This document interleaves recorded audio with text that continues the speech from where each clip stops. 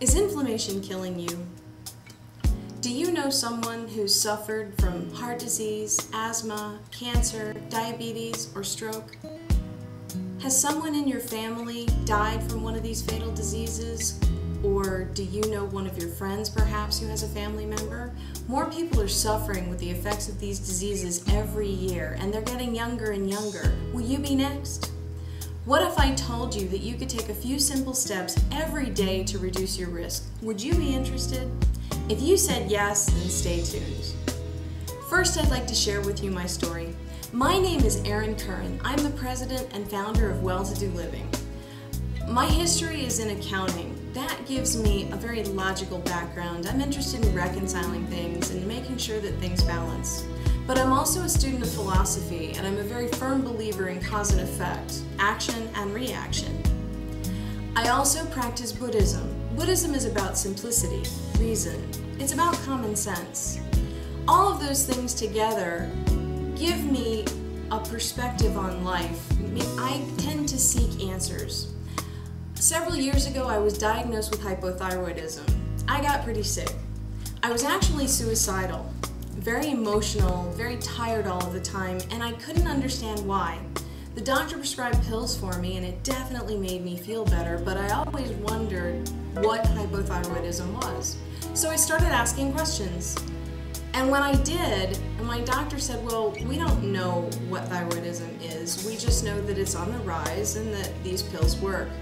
We really don't have any suggestions for you as far as lifestyle or diet or any of those things. Just take your pills. It's really not your fault.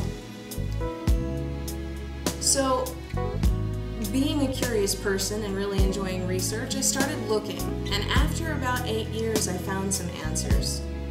Scientists now are discovering that most major diseases share one component, and that component is inflammation.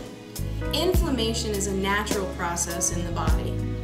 The body's response to a foreign object or a different substance in the body is inflammation. It could be a splinter, it could be a virus, it could be a bullet, it could be a Twinkie, or it could be pollution.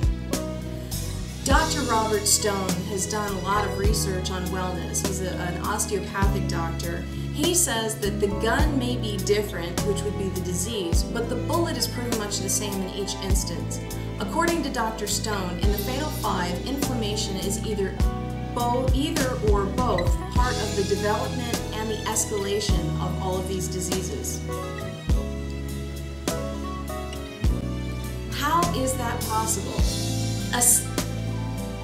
How is that possible?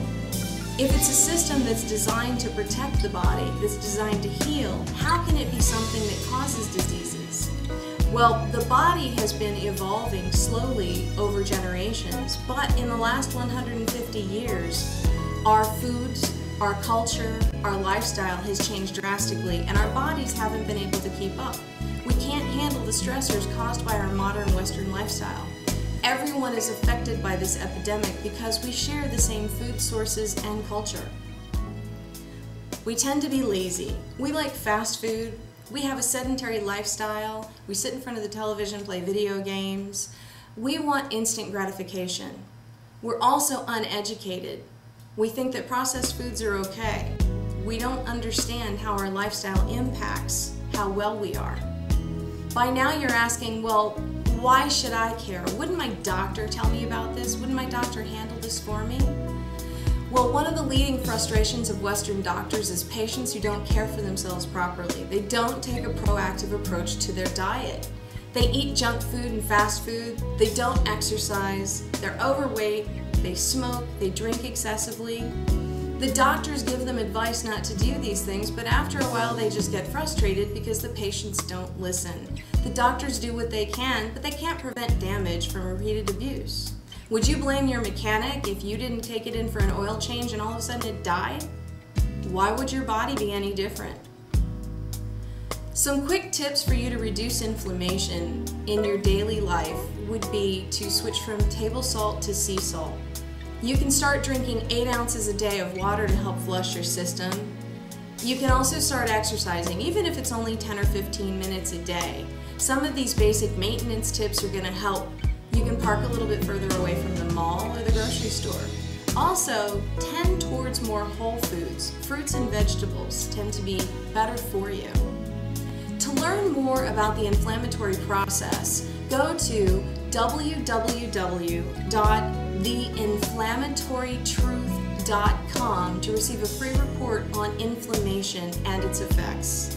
Thank you so much for your time, and I look forward to seeing you later.